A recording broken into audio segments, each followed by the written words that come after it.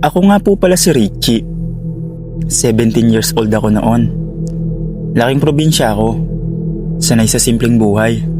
At gaya ng karamihan sa mga kabataan, medyo apilyo rin. Mahilig ako makisama sa mga barkada, lalo na kapag undas. Kasi sa amin, parang pista talaga yun sa sementeryo. Tuwing araw ng mga patay, dagsa ang mga tao. May mga nagdadala ng pagkain, bulaklak, kandila, at may mga nagkukwentuhan sa paligid ng puntod. Habang tumatagal, dumarami rin ang mga pagkain na iniaalay sa mga patay. At doon nagsimula ang kalokohan namin. Sabi ni nanay sa akin noon, "Richie, tandaan mo, huwag mong gagalawin ang mga handog sa puntod. Para yun sa kaluluwa ng mga yumao."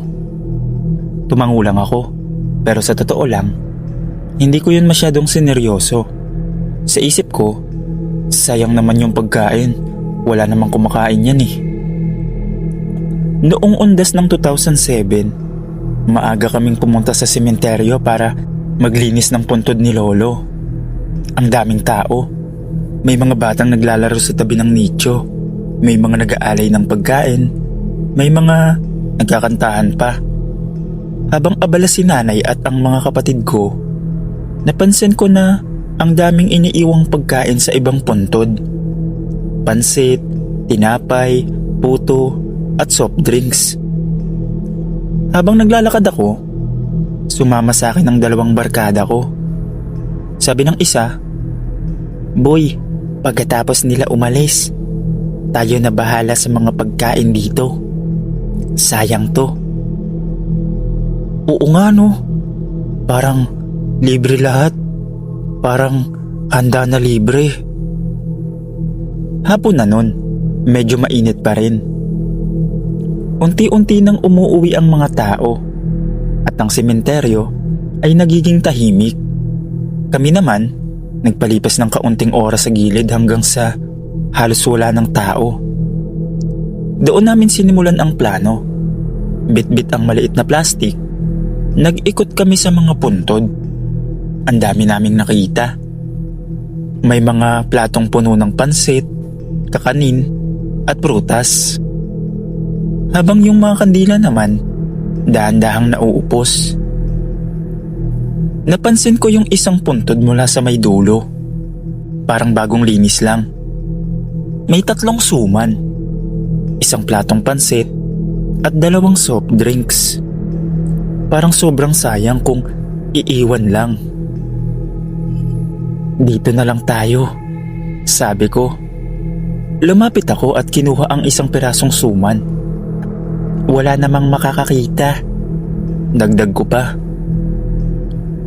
Habang kinakain ko yung suman, natawa pa ako. Buti di agad napansin to. Biro ko sa kasama ko. Tahimik lang ang paligid. Wala nang dumaraan. Puro tunog lang ng mga kuliglig at ihip ng hangin.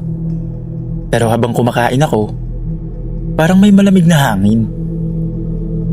Napatingin ako sa paligid, pero walang tao. "Uy, naramdaman mo yon?" "Anong naramdaman?" sagot ng isa kong kasama. "Parang may dumaan na malamig eh." Tumawa lang sila. "Guni-guni mo lang yan, Richie. Baka kinakabahan ka lang." Ngumiti ako, pero sa loob ko, may kakaibang kaba na akong nararamdaman. Hindi ko alam kung bakit, pero parang may nakatingin sa amin. Yung pakiramdam na parang hindi ka nag-iisa kahit alam mong walang tao. Nang titigan ko ulit yung puntod, napansin ko na parang gumalaw yung dahon ng suman na naiwan sa plato. Nagtaka ako. Wala namang hangin, pero bakit parang may dumampi doon? Doon ko naramdaman na baka may mali sa ginawa namin. Pero dahil gusto kong magmatapang sa harap ng mga barkada ko, pilit kong binaliwala. Habang kumakain pa ako ng suman, biglang tumahimik ang paligid. Wala na yung tunog ng mga kuliglig. Wala na rin ang ihip ng hangin. Parang biglang huminto ang mundo. Napatingin ako sa mga kasama ko. Tahimik din sila. Uy, ba't parang ang tahimik? Ewan, parang ang bigat ng hangin, no? Sagot ni Paolo. Bago pa ako makasagot, may narinig kaming mahina pero malinaw na boses galing sa mismong puntod na kinuhaan namin ng pagkain. Akin yan. Sabay-sabay kaming napalingon. Wala naman kaming nakikitang tao, pero yung kandila sa gilid ng puntod biglang nagsindi ulit kahit kanina papatay. Hoy, sino yan? Sigaw ni Paolo, pilit na nagpapakatapang.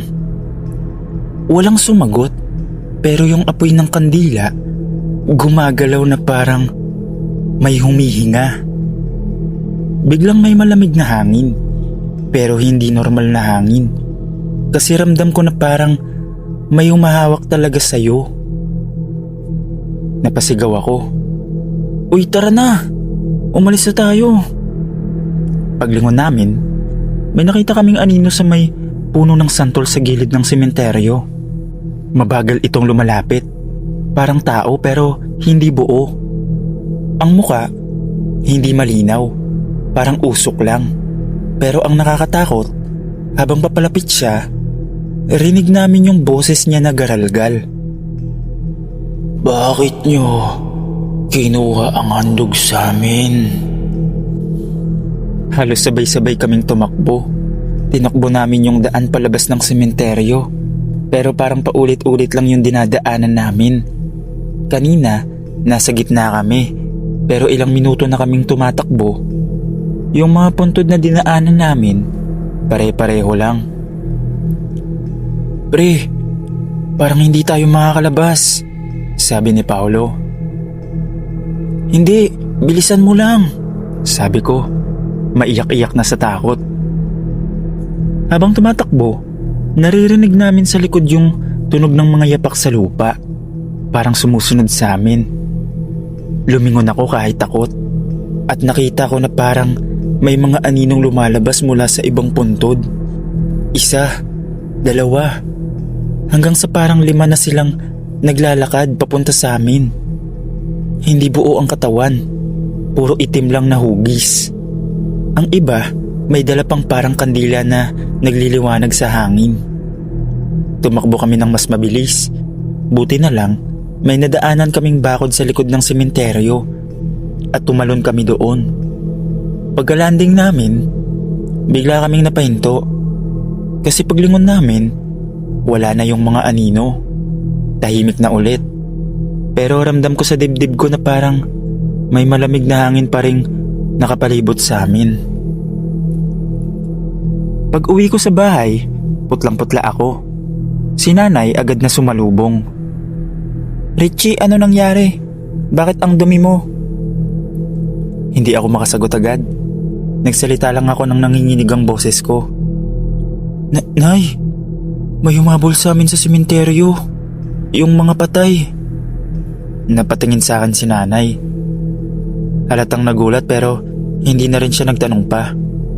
Ang sabi niya lang, sinasabi ko kasi sa'yo, huwag mong gagalawin ang para sa kanila.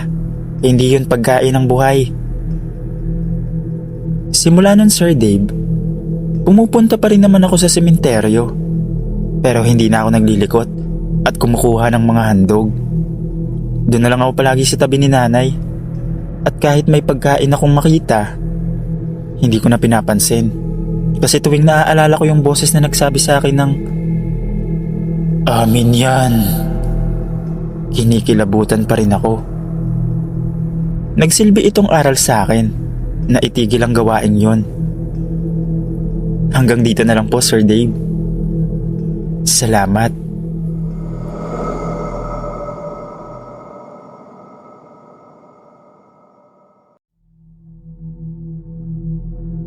Magandang gabi po sa lahat ng mga nakikinig. Ako nga pala si Eric, isang security guard dito sa Pampanga. Gusto kong ibahagi yung isang gabi ng undas na hanggang ngayon, kapag naaalala ko, napapapikit pa rin ako sa takot. Taong 2019 yun. Kakapasok ko pa lang sa bagong trabaho ko bilang night shift guard sa isang memorial park. Hindi naman bago sa akin ang trabaho sa gabi. Pero iba talaga ang pakiramdam kapag nasa sementeryo ka. Lalo na kapag undas, kung kailan libo-libo ang dumadalaw sa mga patay nila sa araw. Pero sa gabi, tahimik, malamig, at kakaiba ang simoy ng hangin. Mga bandang 11:11 na ng gabi, halos wala ng tao. Ang mga kandila, unti-unti nang nauupos, at ang mga bulaklak ay nagiging anino na lang sa dilim. Ako lang mag-isa ang umiikot sa may bandang lumang bahagi ng sementeryo. Yung parte na halos walang bumibisita kasi raw puro luma ang mga nicho. At karamihan sa mga kamag-anak ng mga nakalibing doon ay matagal nang wala. Habang nag-iikot ako, dala ko ang flashlight ko, rinig ko lang yung tunog ng mga kuliglig at hampas ng hangin sa mga dahon ng puno. Sinilip ko pa bawat kanto, bawat puntod. Sinisigurado kong walang naiwan o pasaway na nakatambay. Pero habang papunta ako sa dulo, may narinig akong maliit na tinig. Parang batang umiiyak. "Ma, andito ako." Napahinto ako, sabay tingin sa paligid. Pero wala namang tao. Akala ko may naiwan lang na bata o baka may nawawala. Kaya tinawag ko.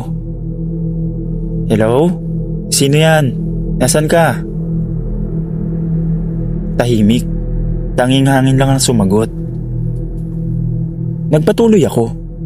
Pero habang naglalakad ako, napansin kong lumalakas ang pag-iyak.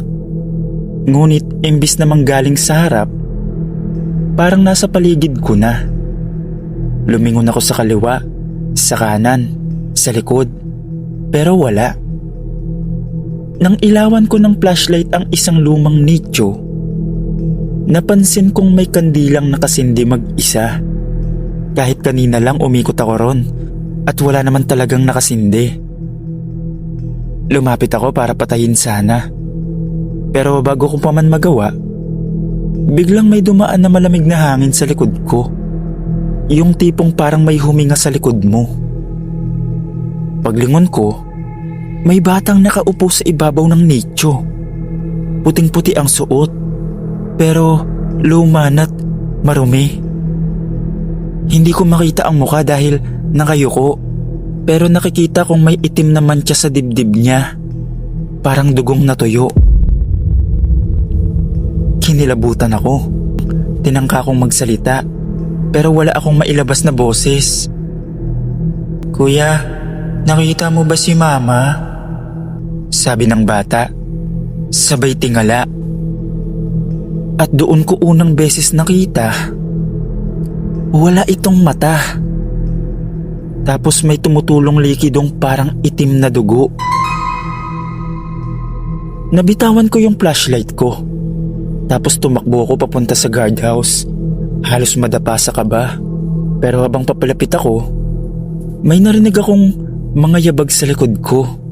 Maliit lang. Hakbang ng bata. Paglingon ko, wala na. Ngunit sa bawat hakbang ko papalapit sa ilaw, parang mas lumalapit yung pag-iyak. At doon ko napagtanto, hindi ako nag-iisa sa gabing yun.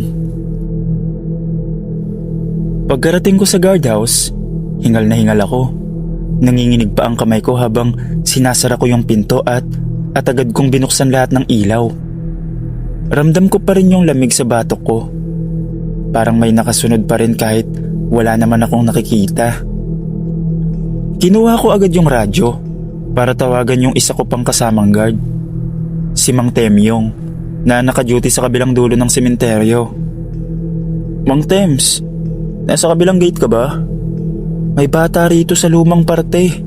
Hindi ko alam kung ano to pero hindi ko na natapos sabihin kasi biglang nag-static yung radyo. Pagkatapos na ilang segundo, may boses na sumagot. Kuya, Kuya, nakita mo ba si Mama? Nabitawan ko ang radyo. Kasabay nun ang pagsindi ng ilaw sa guardhouse. Tapos bumukas yung pinto ng dahan-dahan kahit sinara ko na kanina.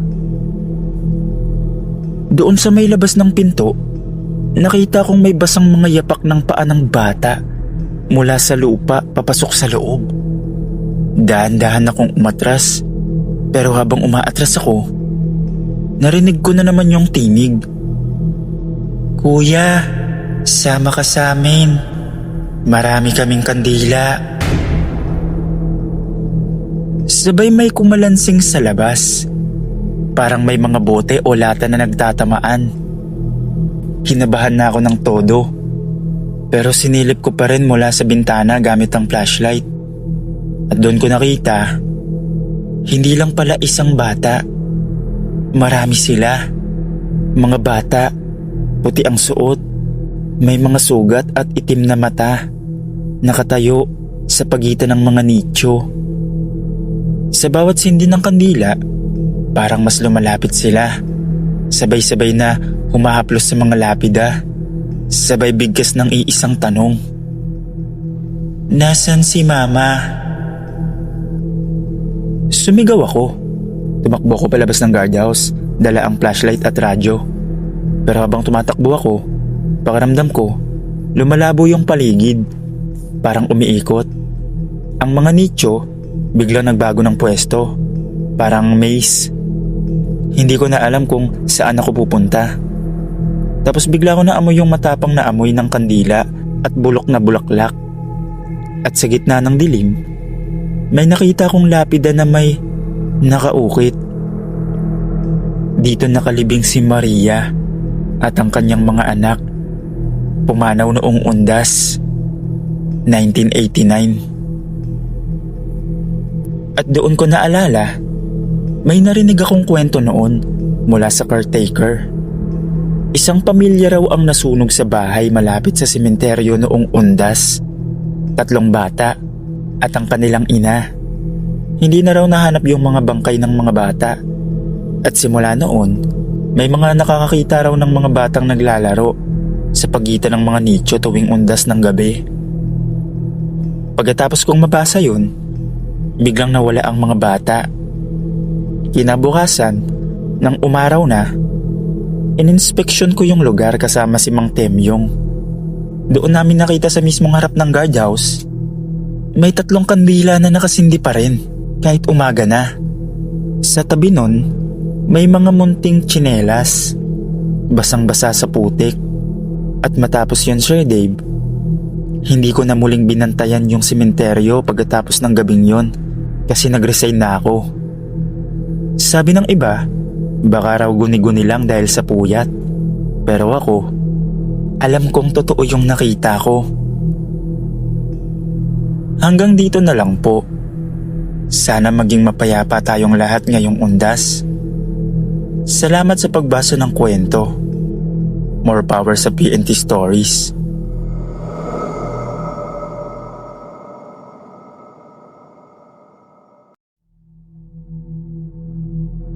Hello po, Sir Dave. Ako nga pala si Mariel. Gusto ko lang ikwento yung nangyari sa akin noong Undas. Taong 2022, unang Undas namin nang wala si tatay. Siya kasi yung tipo ng tatay na kahit pagod sa trabaho, siya pa rin ang nag-aasikaso sa amin tuwing araw ng mga patay. Siya ang bumibili ng kandila, nag-aayos ng mga bulaklak, at laging nagbibiro habang nililinis ang puntod ng mga lolo't lola namin. Pero ngayong wala na siya, ako na ang gumawa ng lahat ng yon. Ako lang mag-isa ang dumalaw kasi nasa ibang probinsya sina mama at mga kapatid ko. Gusto ko lang sana siyang makausap.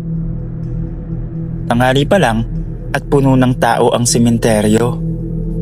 May halakhakan, may mga bata, may nag-aalay ng bulaklak, may nagkukwentuhan. Pero pagdating ng 6:00 ng gabi, unti-unti nang nag-alisan ang karamihan. Naiwan na lang ako, kasama ng mga kandila. Nasa likod na bahagi kasi nakalibing si tatay, kung saan medyo tahimik. at may mga lumang puntod sa paligid. Umupo ako sa tabi ng nicho niya. Dala yung paborito niyang radyo na luma na. Naisip ko lang na baka gusto niyang makinig ulit, gaya ng dati. Habang sinisindihan ko yung mga kandila, may naramdaman akong banayad na hangin. Hindi ko agad pinansin, pero nang marinig ko yung mahinang tunog ng radyo, napahinto ako. Hindi ko pa nga binubuksan, pero may lumabas na static, parang may gustong magsalita. Mariel. Parang boses ni tatay. Napahinto ako. Akala ko may dumaan lang na tao, pero paglingon ko, wala naman. Tumingin ako sa puntod at napansin kong gumagalaw ang apoy ng kandila. Hindi dahil sa hangin, kundi parang may humihinga malapit dito. Hinawakan ko yung radyo, pero nang pinatay ko, bigla naman itong bumalik sa static mode. Mas malinaw na ngayon at may narinig akong pamilyar na tono. Yan ang paborito kong kanta, di ba anak? Nanigas ako. Yun yung linyang sinasabi lagi ni tatay kapag naririnig yung lumang Kundiman song na Dahil Sa'yo. At saka ko lang napansin, sa kabilang puntod, may lalaking nakaupo, nakatalikod sa akin. Suot ang puting polo na paboritong isuot ni tatay tuwing undas. Dahan-dahan akong tumayo. Tay, mahina kong sabi. Hindi ito gumalaw, pero nang lumapit ako ng kaunti, nakita kong nakataas ang kamay niya. Parang inaabot ang isang kandila sa harap niya, bagaman walang kandila ron kanina. Paglingon ng lalaki, nakita ko ang mukha ni tatay. Maputla, pero nakangiti. At doon biglang tumigil ang radyo. Ang hangin, tumahimik. Tanging boses lang ni tatay ang narinig ko. Salamat anak. Miss na kita. Bago pa man ako makalapit, biglang naubos ang apoy ng lahat ng kandila at nang kumislap ulit ang ilaw mula sa mga katabing puntod, wala na siya. Tahimik na tahimik ang paligid. Ang radyo, tahimik na rin. Pero sa ilalim ng puntod ni tatay, napansin kong may bagong kandilang nasindihan mag-isa. Yung hindi ko dala. Pagkatapos kong makita yung kandilang mag-isa lang na nakasindi, hindi ko alam kung tatakbo ba ako o luluhod na lang sa harap ng puntod ni tatay. Ang hangin biglang lumamig at bawat ihip nito ay parang may kasamang bulong na hindi ko maintindihan. Hinawakan ko ang radyo. Nakapatay na ito, pero sa loob may narinig pa rin akong mahinang tunog ng Dahil Sa'yo. Hindi galing sa speaker, kundi parang mula mismo sa paligid. Tay, nandito ka ba? Mahina kong tanong. Ngunit tahimik lang. At sa isang iglap, may umaplos sa balikat ko. Banayad, pamilyar. Ganoon na ganoon ang ginagawa ni tatay kapag umiiyak ako noon. Paglingon ko, wala akong nakita. Pero sa gilid ng mata ko, may aninong nakaputing lalaki na dumaan sa pagitan ng mga puntod. Dahan-dahan kong sinundan, dala ang liwanag ng cellphone ko. Habang naglalakad ako, napansin kong nagbubukas ang mga apoy ng kandila. Isa-isa. Parang sinusundan ako ng liwanag. Hanggang sa huminto ako sa harap ng isang luma at basag na lapida sa dulo ng bahagi ng sementeryo. Doon ko siya nakita. Si tatay. Nakatayo siya sa likod ng lapida. Nakatingin sa akin. Pero maamo ang muka. Parang buhay. Anak, may gusto akong sabihin. Sabi niya lalong bumilis ang tibok ng puso ko. Hindi ako makapagsalita. "Huwag mong pabayaan si Mama ha. Mag-ingat ka sa bahay. May mga bagay na hindi mo pa alam." Bago ko pa man maitanong kung ano ang ibig niyang sabihin, lumakas bigla ang hangin at narinig ko ang tunog ng mga basag na lapida sa paligid. Parang may bumubukas. Sa gilid ko, may mga aninong lumilitaw. Pawang mga taong nakatayo. Mapuputla parang mga kaluluwa. Lahat sila nakatingin sa direksyon ni tatay. Tapos isa-isa silang naglaho. Parang sinasama ng hangin. Paglingon ko ulit sa kanya, ngumiti siya ng malumanay. "Salamat sa pagdalaw, anak. Huwag ka nang malungkot. Lagi akong nandyan." At sa isang iglap, nawala siya. At ang mga kandila, sabay-sabay na namatay. Ang radyo, bumukas ulit. Narinig ko ulit yung boses niya, pero mahina na. "Dahil sa'yo, ako'y lumigaya." Pag uwi ko ng bahay, pagod ako, pero parang may dala akong kakaibang bigat. Pagpasok ko sa kwarto, napansin ko sa ibaba ng lamesa kung saan nakapatong ang larawan ni tatay. May bagong kandilang nauupos, yung parehong klase ng kandilang naiwan sa puntod niya kanina. Hindi ko alam kung paano ito napunta ron, pero mula nun tuwing undas, kahit hindi ako makadalaw, may kandilang kusa na lang nagsisindi sa altar ni tatay. At sa tuwing maririnig ko ang kantang "Dahil Sa'yo", parang naririnig ko pa rin ang boses niya. "Salamat sa pagdalaw, anak." Hanggang dito na lang po, Sir Dave. Salamat po.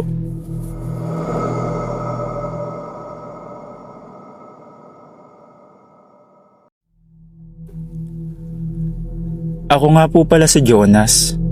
At ito ang nangyari sa akin noong nakaraang undas nang umuwi ako sa probinsya namin sa Antique. Hindi ko akalaing ang simpleng pagdalaw ko sa puntod ng lolo ko ay magiging nakakatakot na karanasan sa buong buhay ko. Matagal na akong hindi nakauwi sa amin. Mga 3 taon na rin simula nang malibing si lolo. Namatay siya sa katandaan at sobrang lapit namin sa isa't isa. Kaya ngayong nagkaroon ako ng pagkakataon, gusto ko talaga siyang dalawin at linisin ang puntod niya. Maaga pa lang, mga 8:00 ng umaga, naglakad na ako papunta sa sementeryo. Maliit lang ang bayan namin, kaya sanay akong dumaan sa mga palayan at baku-bakong daan. Pero nang malapit na ako, may isang matandang lalaki sa tindahan ang nagsabi sa akin, "Doon ka ba sa lumang sementeryo? Sa kabilang burol? Huwag kang magtatagal ron, iho. May kakaiba raw doon tuwing undas." Ngumiti lang ako. Pero nung makarating ako, agad kong naramdaman na may kakaiba talaga. Wala ni isang tao. Samantalang sa sementeryo sa kabila, ang dami kong naririnig na tao at ingay ng mga bata. Dito, wala. Puro ihip lang ng hangin. Pagpasok ko, napansin kong iba ang ayos ng mga nicho. Hindi pantay. Parang nagkalat lang. Yung iba, may nakabukas na lapida. Parang walang nag-aalaga. May mga bulaklak na tuyong-tuyo at mga kandilang tila matagal nang di nasindihan. Sinimulan kong hanapin ang puntod ni lolo. Habang naglalakad ako, napansin kong lahat ng puntod may pare-parehong petsa ng kamatayan. Oktubre 31. Lahat, iisa lang ang taon. Medyo nagtaka at kinilabutan ako, pero nagpatuloy pa rin ako. Hanggang sa mahanap ko ang lapida ni lolo sa dulo, sa ilalim ng malaking puno ng akasya. Nilinis ko muna gamit ang basahan at tubig, tapos nagsindi ako ng kandila. Habang nakayuko ako, napansin kong may anino sa sahig. Parang nakatayo sa likod ko. Paglingon ko, may matandang lalaking nakaputi. Nakatingin lang sa akin. Maputla at payat. May hawak na rosaryo. "Magandang umaga po," sabi ko. Ngumiti lang siya ng bagya. "Hindi ka taga rito, no?" Tumango ako. "Dadalawin ko lang po si Lolo Arturo." Ngumiti siya ulit. "Ah, si Arturo. Matagal na namin kasama yun." Napakunot na uwa ko. Kasama? Pero bago ko pa man maitanong pa, tumalikod na siya at naglakad palayo, papunta sa mga nicho. Sinundan ko siya ng tingin, pero habang lumalayo siya, napansin kong unti-unting naglalaho ang katawan niya sa araw, hanggang sa naging anino na lang. Napatakbo ako pabalik sa daan kung saan ako dumaan kanina, pero hindi ko makita ang gate. Ang sementeryo parang lumawak at lumaki. Ang mga daan paikot-ikot.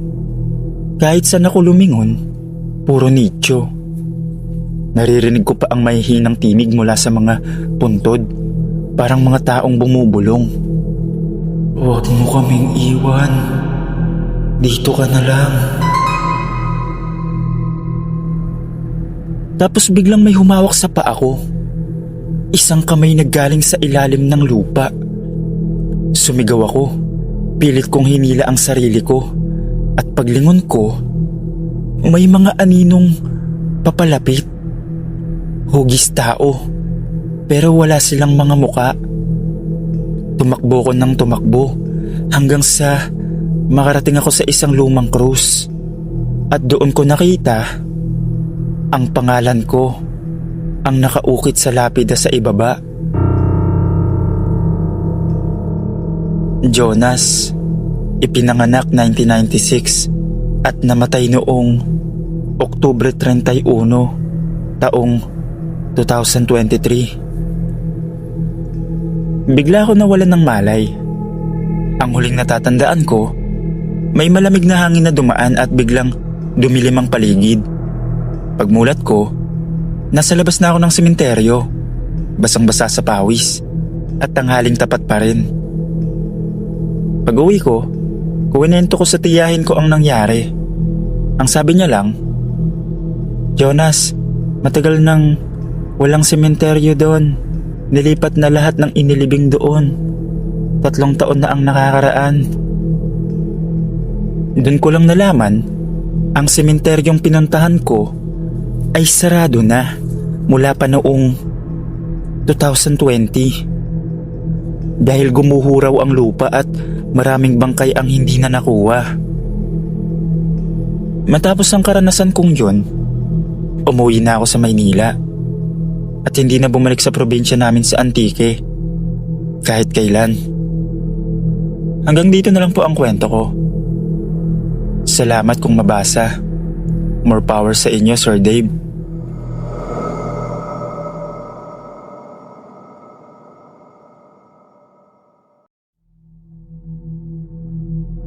Hello, Sir Dave. Ako po si Mira, 24 years old. At lumaki akong sobrang close sa mama ko. Simula bata pa lang ako, siya yung lagi kong kasama sa lahat. Sa school, sa simbahan, at lalo na tuwing undas. Tradisyon naming mag-ina ang pagpunta sa sementeryo tuwing araw ng mga patay para dalawin si Papa. Tuwing darating ang undas, maaga pa lang, gising na kami ni Mama. Siya yung nagluluto ng paborito ni Papa, pansit at puto. Ako naman, tagabitbit ng bulaklak at kandila. Lagi niyang sinasabing, "Anak, kahit gaano ka kabisi, huwag mong kakalimutang dalawin ang mga patay, lalo na ang mga minahal natin." At oo, tuwing undas, kahit gaano ako kapagod o may lakad man ako, hindi ako pumapalya. Pero noong 1 taon, nagbago ang lahat. Ilang buwan na ring wala si Mama nun. Pumanaw siya dahil sa sakit. Ang bigat tanggapin, pero pinangako ko sa kanya bago siya mamatay. Ma, tuwing undas, pupunta pa rin ako. Hindi ko yan palalampasin. Dumating ang undas makalipas ang ilang buwan. Pero iba na ang buhay ko noon. Lumipat ako sa Maynila. Nagtrabaho sa call center at madalas kulang sa tulog. Naging abala ako sa bagong trabaho, sa mga kaibigan at sa bagong paligid. Noong araw ng undas mismo, naka-duty ako. Wala akong leave at kahit gusto kong umuwi sa probinsya, wala na akong oras. Sinabi ko sa sarili ko, next week na lang ako babawi. Siguro naman, maiintindihan ni Mama. Pag uwi ko sa kondo kinagabihan, pagod na ako, naligo, kumain ng instant noodles, at nahiga agad. Pero sa kalagitnaan ng tulog ko, nagising ako bigla dahil may amoy ng kandila at bulaklak sa loob ng kwarto ko. Pagmulat ng mata ko, may nakita akong babaeng nakaupo sa gilid ng kama. Nakaputi, may bitbit na bulaklak at nakangiti.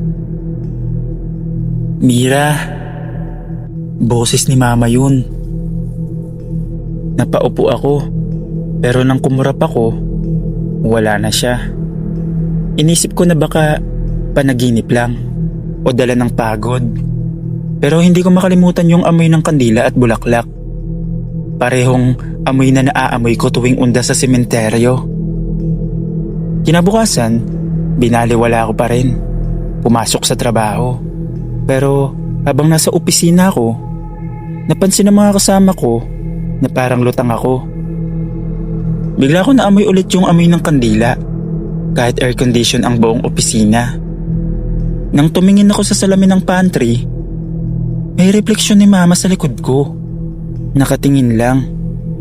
Kinilabutan ako, pero pinilit kong pinakalma ang sarili ko. Siguro nananabik lang ako sa kanya, bulong ko sa sarili ko. Pero kinagabihan, pumunta ako sa bar kasama ang mga kaibigan ko para daw makalimot at mag-unwind. Lasing na ang iba, maingay ang tugtog, ilaw ng disco ang nakikita ko.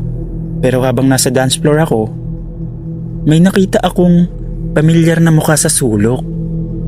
Si Mama, nakasuot pa rin ng puting damit, nakatingin lang sa akin, walang emosyon. Napahinto ako sa pagsayaw at nang kumurap ako, nawala siya. Pero yung lamig sa likod ko, hindi na nawala. Pag uwi ko nung gabing yun, alam kong hindi na ako mapapalagay. Kasi sa unang pagkakataon, ramdam kong galit si Mama. Hindi dahil sa nakalimutan ko siya, kundi dahil binali ko yung pangako kong tuwing undas, hindi ko siya papabayaan. Pagkatapos ng gabing yun sa bar, hindi na ako mapakali. Paulit-ulit sa isip ko yung itsura ni Mama.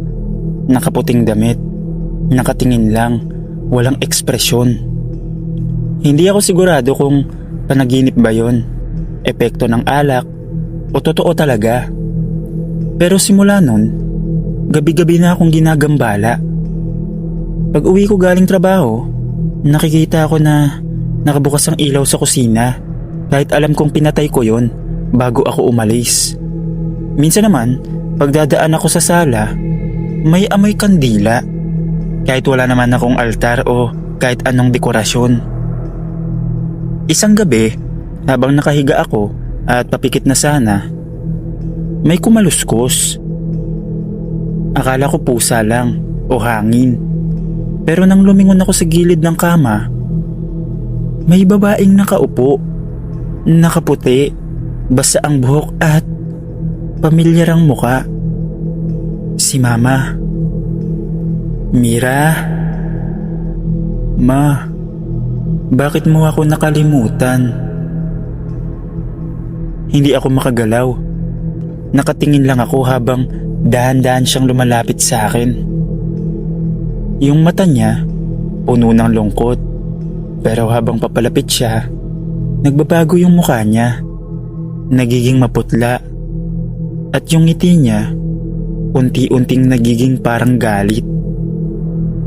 Ma, hindi ko po sinasadya. May trabaho po ako noon. Pero, pangako mo sa akin anak. Habang sinasabi niya yun, biglang bumukas lahat ng ilaw sa kwarto kahit patay ang switch. Naramdaman kong bumigat ang paligid. Yung hangin parang may halong lungkot at galit. Umiyak na lang ako. Ma, babawi ako. Pupunta ako sa iyo, pangako. Pagkasabi ko nun, bigla siyang nawala. Parang usok na tinangay ng hangin. Pero bago siya tuluyang naglaho, may iniwan na boses na dumaan sa tenga ko. Miss na kita. Kinabukasan, hindi ako pumasok sa trabaho. Umuwi ako agad sa probinsya. Sa biyahe pa lang, ramdam ko na parang may malamig na hangin sa tabi ko. Parang may kasabay ako sa bus. Pagdating ko sa sementeryo, diretso agad ako sa puntod ni Mama. Dala ko yung mga bulaklak na paborito niya at yung niluluto naming pansit.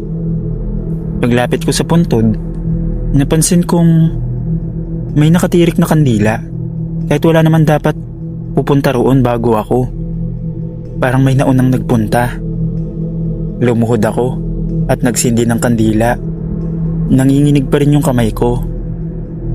Ma, sorry po. Hindi ko kayo sinasadyang kalimutan. Nandito na po ako ngayon. Tahimik lang sa paligid. Pero habang nagsasalita ako, biglang umihip ang hangin at napansin kong gumalaw yung bulaklak sa ibabaw ng puntod. Parang may humawak. At sa mismong sandaling yun, may mahina akong narinig na boses. Salamat anak. Pagkatapos nun, unti-unting bumalik yung katahimikan. Parang gumaan ang pakiramdam ko. At yung amoy ng kandila at bulaklak na ilang araw ko nang naaamoy sa bahay, nawala na rin. Pagkatapos nun, Sir Dave, hindi ko na pinalampas ang undas. Lagi akong bumibisita kay Mama. Dala yung mga paborito niyang bulaklak at pagkain. Kasi natutunan ko, minsan sa kabilang buhay, ginagawa ng mga magulang ang lahat para ipaalala sa atin ang mga pangako nating binitawan. Hanggang dito na lang po. Maraming salamat.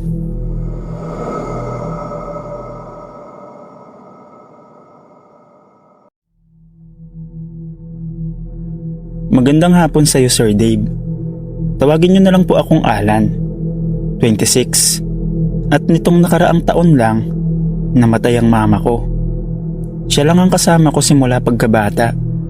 Yung tatay ko kasi, matagal nang wala. Magkasama kami halos buong buhay ko. Kaya nung bigla siyang kinuha dahil sa sakit, parang gumuho yung mundo ko. Noong una, halos araw-araw akong umiiyak. Pero habang lumilipas ang mga buwan, natutunan kong sanayin ang sarili ko. Lumipat ako ng trabaho, naging abala sa Maynila, at unti-unti kong tinanggap na wala na talaga si Mama. Pero kahit ganon, may isang bagay akong hindi nagawa. Dalawin siya sa sementeryo. Sa totoo lang, hindi ko alam kung bakit. Siguro kasi hindi ko kayang makita yung puntod niya. Parang doon lang talaga ako naniniwalang wala na siya. Lumipas ang unang death anniversary niya, pero hindi pa rin ako nakadalaw. Nagsindi lang ako ng kandila sa bahay at nagdasal ng tahimik. Sinabi ko pa sa isip ko, next time na lang ma, pasensya na. Hanggang dumating ang undas, araw ng mga patay, panahon ng pag-alala, pagdalaw at pag-alalay. Ang mga kapitbahay ko, bitbit ang mga bulaklak at pagkain papuntang sementeryo. Ako naman, naiwan lang sa bahay, nakaupo sa harap ng TV, nagpapanggap na okay lang. Bukas na lang ako pupunta. sabi ko sa sarili ko. Pero sa totoo lang, wala akong balak. Hindi ko alam kung takot ba akong umiyak o takot akong maramdaman na totoo talagang wala na siya. Gabi nun, mga bandang 9:00. Sobrang tahimik na. Karamihan ng tao, nasa sementeryo pa. Ako lang mag-isa sa bahay, nakabukas ang TV. Pero hindi ko naiintindihan ang pinapanood ko. Tapos, bigla akong naamoy ang paboritong pabango ni Mama. Yung amoy ng sampagitan na lagi niyang ginagamit tuwing nagsisimba kami. Napalingon ako sa paligid. Wala naman akong binuksang pabango. At wala rin naman akong kasama. Siguro nai-imagine ko lang. Sabi ko. Pero habang lumalalim ang gabi, mas lumalakas yung amoy. Hanggang sa may narinig akong kaluskos mula sa kusina. Pero nang tumingin ako, nakita kong bukas ang pinto ng refrigerator. Wala namang hangin at sarado lahat ng bintana. Nilapitan ko at doon ko napansin may platong may tirang pagkain sa ibabaw ng mesa. Yung adobo na niluto ko kanina. Pero ngayon, may isang kutsarang bawas. Kinilabutan ako. Alam kong ako lang mag-isa. Pero habang nakatayo ako roon, may narinig akong mahina at pamilyar na boses. Anak. Parang tumigil yung tibok ng puso ko. Dahan-dahan akong lumingon. At sa sulok ng sala, sa tabi ng altar, may babaeng nakatayo.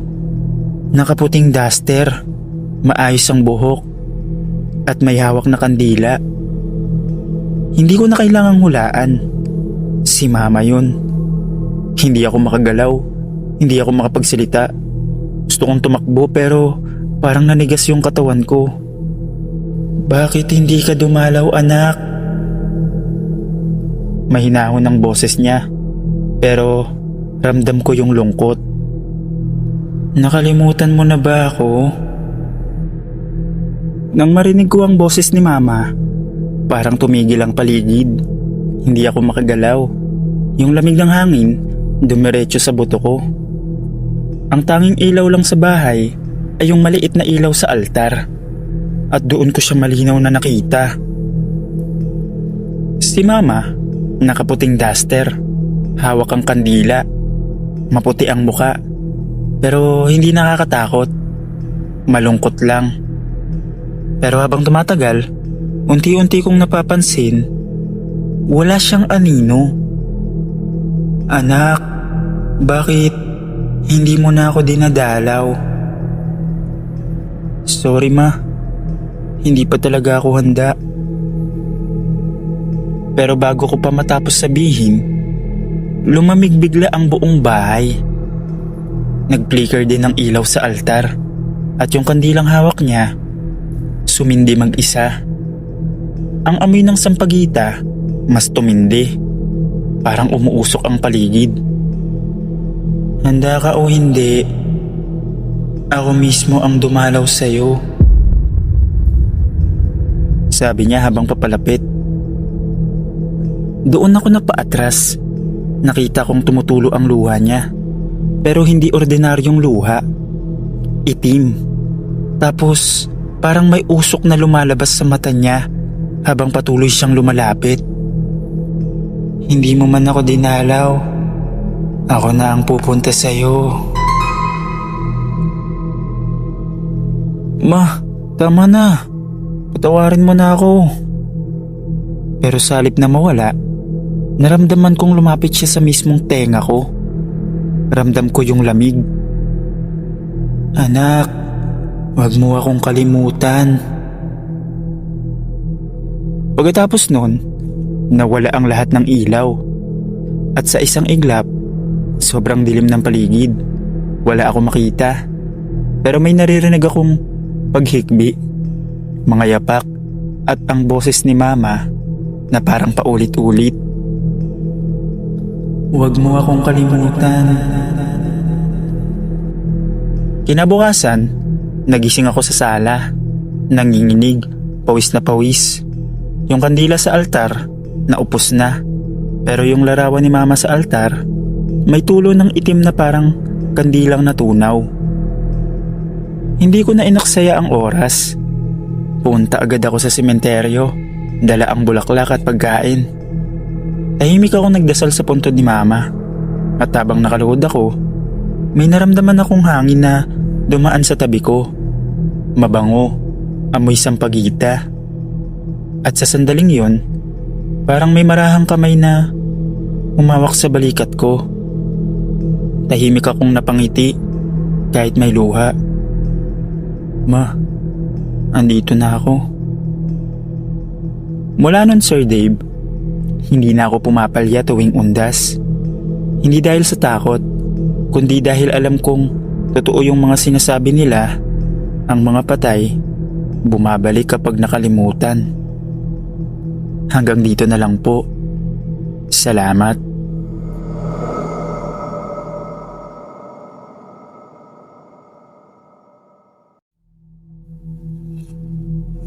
Ako si Ben, 38 years old. Bantay sa isang maliit na tindahan ng mga bulaklak malapit sa sementeryo dito sa May Bulacan. Tuwing undas, punong-puno ng tao ang paligid. Lahat nagmamadaling bumili ng kandila, bulaklak at pagkain para sa mga mahal nila sa buhay na pumanaw. Sanay na ako sa eksenang ganun taon-taon. Mula pa noong bata ako na ang tumutulong sa tiyahin kong may-ari ng tindahan. Kabisado ko na kung sino ang mga suki, kung alin ang mabenta, at kung kailan darating ang dagsa ng tao. Pero noong nakaraang undas, may nangyaring hindi ko makakalimutan. Bandang 2:00 ng hapon, tirik na tirik ang araw. Pero kahit ganon, tuloy-tuloy pa rin ang mga bumibili. Pawisan na ako, pagod, pero okay lang, basta kumita. Habang nag-aayos ako ng mga rosas sa harap ng pwesto, may isang lalaking matanda na lumapit. Payat siya, medyo madumi ang damit. Parang galing sa biyahe. May dala siyang maliit na bayong. At amoy araw siya. Magkano tong 3 pirasong puting rosas? Tanong niya sa mahinang boses. 10 piso po isa. Bali kung 3, 30 po. Tumango siya. Kinuha ang 3 bulaklak at iniabot ang bayad. Habang umaalis, napansin ko na medyo nanghihina siya, kaya inalok ko siya ng tubig. Pero ngumiti lang siya at tumanggi. Makalipas ang 20 minutes, nakita kong pabalik na siya. Akala ko bibili ulit, pero laking gulat ko nang nakita kong bitbit niya pa rin yung parehong 3 bulaklak, yung mga ibinenta ko sa kanya kanina. Lumapit siya ulit sa akin. Pwede ko bang ibalik to? Ha? Bakit po? Hindi naman tinanggap. Sino po? Pero hindi na siya sumagot. Nilapag niya lang ang 3 pirasong rosa sa mesa. Sabay lakad palayo. Nagtaka ako, pero dahil maraming tao, hindi ko na masyadong pinansin. Nilagay ko lang yung mga bulaklak sa tabi ng ibang paninda. Pero ilang minuto lang ang lumipas, napansin kong basa yung tangkay ng mga rosas. Parang bagong dilig. Pero may kakaiba. Ang amoy nun, hindi tulad ng ordinaryong bulaklak. May halong amoy lupa at kandila. At simula nun, nagsimula nang mag-iba ang paligid. Ang hangin sa tindahan, biglang lumamig kahit tirik ang araw. Naririnig ko pa minsan ang mahinang tunog ng kandilang parang pinapatay ng hangin, kahit wala namang kandilang malapit. At nung gabing yun, nung nagsasara na ako ng tindahan, may narinig akong boses sa likod ko. Hindi ko yan hinihingi. Nang lingunin ko, walang tao. Gabi na. Sarado na lahat ng tindahan sa paligid ng sementeryo. At ako na lang ang nagliligpit ng mga natirang bulaklak. na tahimik ang lugar. Wala nang dumadaan. Tanging ihip lang ng hangin ang maririnig. Habang pinupunasan ko ang mesa, napatingin ako sa gilid kung saan inilapag yung 3 pirasong rosas na ibinalik ng matandang lalaki. Nandun pa rin, pero kakaiba. Parang nalalanta kahit bagong bili lang kanina. Ang mga talulot, may halong itim na mancha. At yung amoy, mas matindi na. Parang nabubulok na.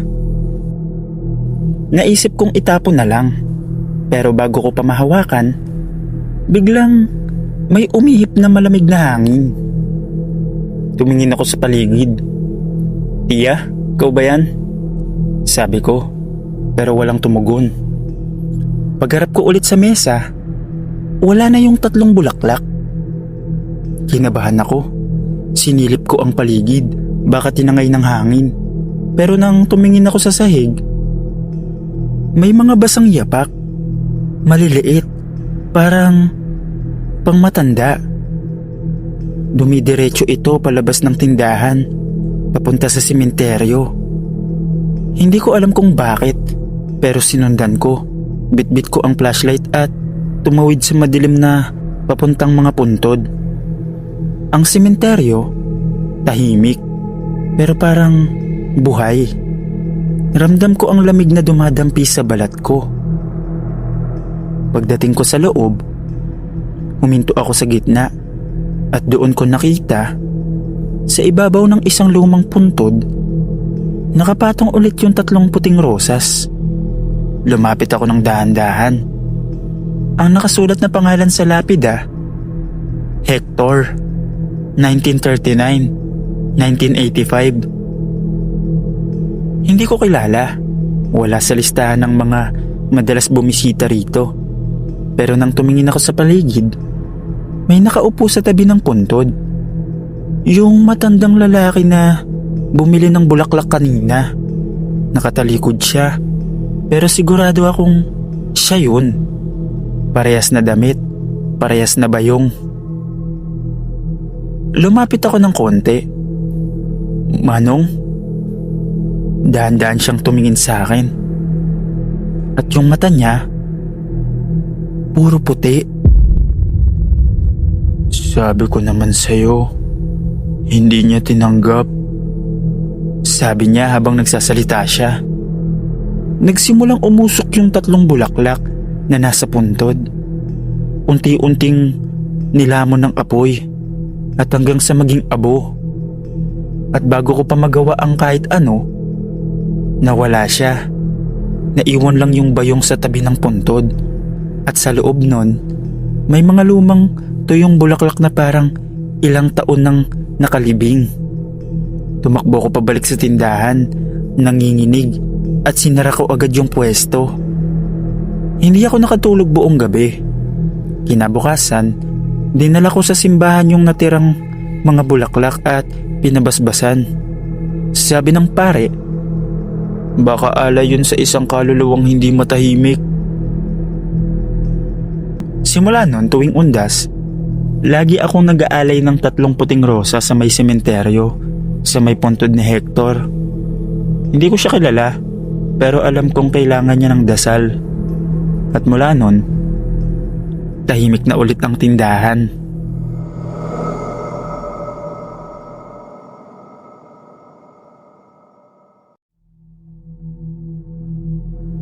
Tuwing Undas, sa isang maliit na barangay sa Pampanga, tradisyon na ng mga tao ang magtirik ng kandila sa harap ng bahay bilang gabay sa mga kaluluwang yumao.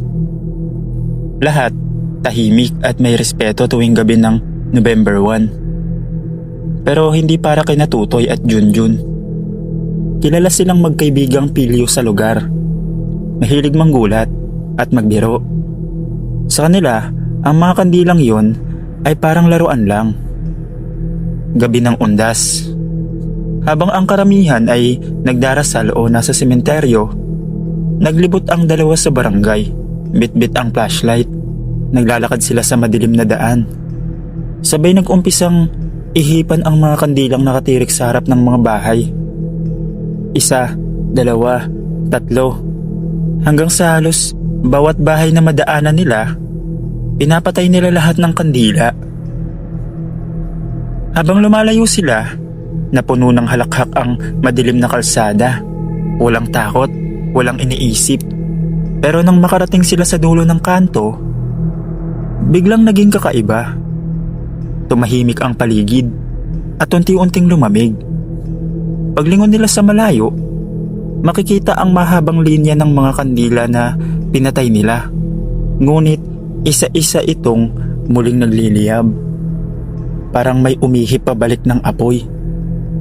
Bumilis ang tibok ng dibdib ni Tutoy. Sa gilid ng daan, may nakita siyang mga anino na nakatayo sa tapat ng mga bahay na pinagtirikan nila ng kandila. Mahaba, mga walang muka at tila nakatingin sa kanilang direksyon. Habang nagmamadali silang umuwi, naramdaman ni Junjun na may malamig na humawak sa braso niya. Nang lingunin niya, walang tao. Pero sa bawat bahay na dinadaanan nila, may maririnig na kaluskos, mahinang yapak, at mga kandilang muling sinisindihan. Pagdating nila sa bahay ni Tutoy, parehong hingal at pawis na pawis. Akala nila tapos na.